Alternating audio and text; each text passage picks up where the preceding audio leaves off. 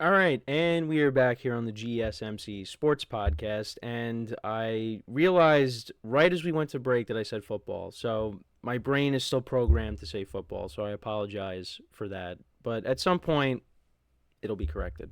But we are back here on the GSMC Sports Podcast, and we're going to now talk about the Red Sox and the moves that they've made this offseason. We'll highlight Alex Bregman being signed by them, and then just talk about the Red Sox as a team this year going into the 2025 season. What kind of threat do they pose to the Yankees and the rest of the American League? So, Bregman was one of the last big name free agents left on the market, and the Red Sox ended up picking him up. And it was on a friendly deal, I would say, because, you were hearing he wants 6 to 7 years, and now he's 30 years old, and teams not willing to do that, and that's why it took so long. And now the Red Sox come in and they give him a 3-year deal, and I think it's for 120 million dollars with opt outs the first 2 years. Now there's some deferrals in there as well. So if Bregman has a big year, though, I mean he's going to opt out. And something was just said in my baseball group chat. So this is some Yankee stuff. So we will see. We'll talk about the Yankees at some point this week. We're going to talk about them a little bit in this segment here, but the Red Sox have had a good offseason. And last year they finished around five. Well, they finished exactly 500, 81 and 81. And it's kind of been a disappointing time for them because they won a championship now. I mean, this is going on 7 years ago, and the fans have kind of been frustrated with how ownership has handled this team. They let a lot of marquee players go. They traded Mookie Betts. They let go of Xander Bogaerts, Benintendi, J.D. Martinez. Traded Chris Sale last year before the year started. There's been a lot of changes with the Red Sox, and fans are frustrated. Now, as a Yankee fan, I can't really give them sympathy. I mean, I remember on the baseball podcast, I talked about them a little bit and just saying, yeah, I mean, fans deserve to be upset because it's like ownership doesn't care about this team. But now it seems like they have realized their wrongdoings, and now they're starting to make moves to better this team. And, I give Alex Cora a lot of credit because, it's not like the team is bringing in the best players, and he's doing what he can with what he's got.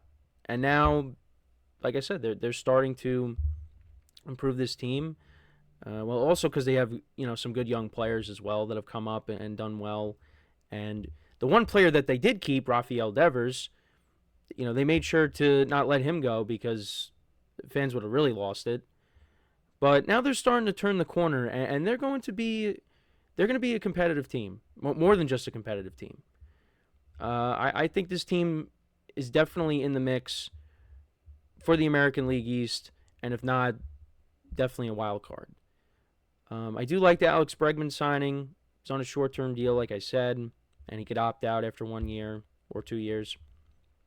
And, he talked about how he wanted to come to this team because they have a winning culture. And, obviously in recent years that hasn't been the case, but, they won a championship in 2018. They won a championship in 2013, even though that was a long time ago. But still, the Red Sox have won, more recently than the Yankees have. And it's just weird because they'll win the championship and then they won't even make the playoffs the following year. But hey, they win. Red Sox fans will take that. So, like I said, I do think that this team definitely can make the playoffs. And I like some of the other moves that they made. They signed Walker Buehler to a cheap deal. And, he pitched well for the Dodgers in the postseason. He was basically the closer for the Dodgers in the final game of the World Series. I don't really want to bring that up, but I'm going to. Pitched well. And, they also traded for Garrett Crochet from the White Sox. So they improved their pitching staff, and the lineup is pretty good, now with Bregman. Now, the interesting thing is, where is Bregman going to play? Because Rafael Devers plays third base. Well, I think the idea has been floated around that he could play second, and Devers will still play third. Or, on the days that, you want to give Devers a half day off, you DH him, and then you put Bregman at third base. Now, Alex Bregman, his numbers have kind of gone down over the years. I mean, peak Alex Bregman was 2018, 2019, but I think he's still a good player. And I'll actually pull up his stats from last year. But yeah, I've been looking at Baseball Savant a lot more over the last year or so, and it kind of gives you the the advanced breakdown of players, and yeah, but you could see that Bregman's numbers have gone down over the years. But last year, 260 batting average, 26 home runs, 75 ribbies, a 768 OPS. I mean, still, was productive. But you go back to, like I said, 2018 and 2019. Like I said, that was peak Alex Bregman. 31 home runs in 2018, 103 RBIs, 286 batting average, 394 OPS, 532 slugging, 926 OPS. And then in 2019, he had 41 home runs, 112 RBIs. Actually, wow, he got walked 119 times. I did not know that. He got walked a lot. 296 batting average, 423 on base percentage, a 592 slugging percentage, and then a 1015 OPS. So that was his best season. But, and the last few years, the numbers have gone down. 2021 he only had 12. Well, he only played in 91 games. He had 12 home runs. But the last few years, this is kind of what you're going to get from him. Which, again, the RBIs were down, but he had 26 home runs in 2024, 25 in 2023, 23 in 2022. He had 93 ribbies in 2022, 98 in 2023. A little over an 800 OPS. And, around a 260 batting average like he had last year, 262 in 2023, 259 in 2022. But still a good player. He has really good numbers in Fenway. I saw his splits last night in Fenway. They're really good. So I think he's going to fit right in.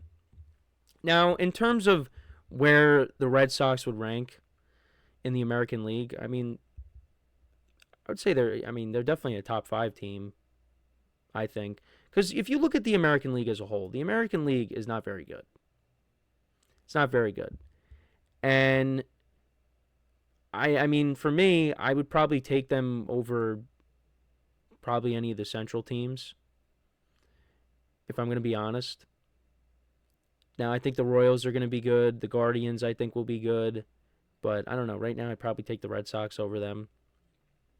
The West could be interesting because, you figure the Astros are still going to be good, but, they continue to lose players. I mean, they lost Correa, they lost Springer, now they lose Bregman. Like, their core has, slowly left over the years. But you still got Altuve, you still got Alvarez, Jeremy Pena. They signed Christian Walker, and they still got, Framber Valdez at the top of the rotation. They still got good players. But, they got eliminated in the wild card round last year. So are they going to improve, or are they going to just flat out miss the playoffs? I don't know. Will the Rangers bounce back? I feel like that's a team that could bounce back. You're going to get Jacob deGrom for a whole year. And, they won the World Series 2 years ago. So you figure they're going to have something to say. Seattle has good pitching, but they don't hit. And then you look at the American League East. I think, for me right now, I would say they're probably right behind the Yankees. I think they're better than the Orioles. I think they're better than the Blue Jays. And I think they're better than the Rays. I mean, what did the Orioles really didn't do anything? They lost Corbin Burns. They signed Charlie Morton. You know, they signed Tyler O'Neill, who was good with the Red Sox. But what else did they do? I mean, their lineup is still really good. So I would rank I still would put the Yankees ahead, but I would put the Red Sox and the Orioles second and third. Blue Jays and Rays, I guess, could battle it out for fourth and fifth. The Blue Jays, look, they went out, they signed Santander. They traded for Andres Jimenez from the Guardians. They signed Max Scherzer, but how good is Scherzer going to be? He's in his 40s now.